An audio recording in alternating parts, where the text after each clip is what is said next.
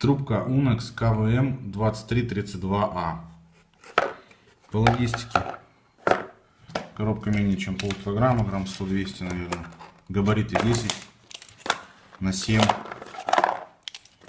на 4,5.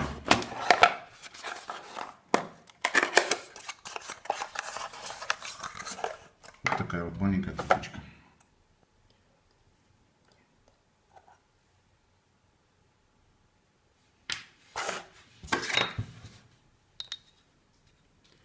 Внутренний диаметр порядка сантиметра.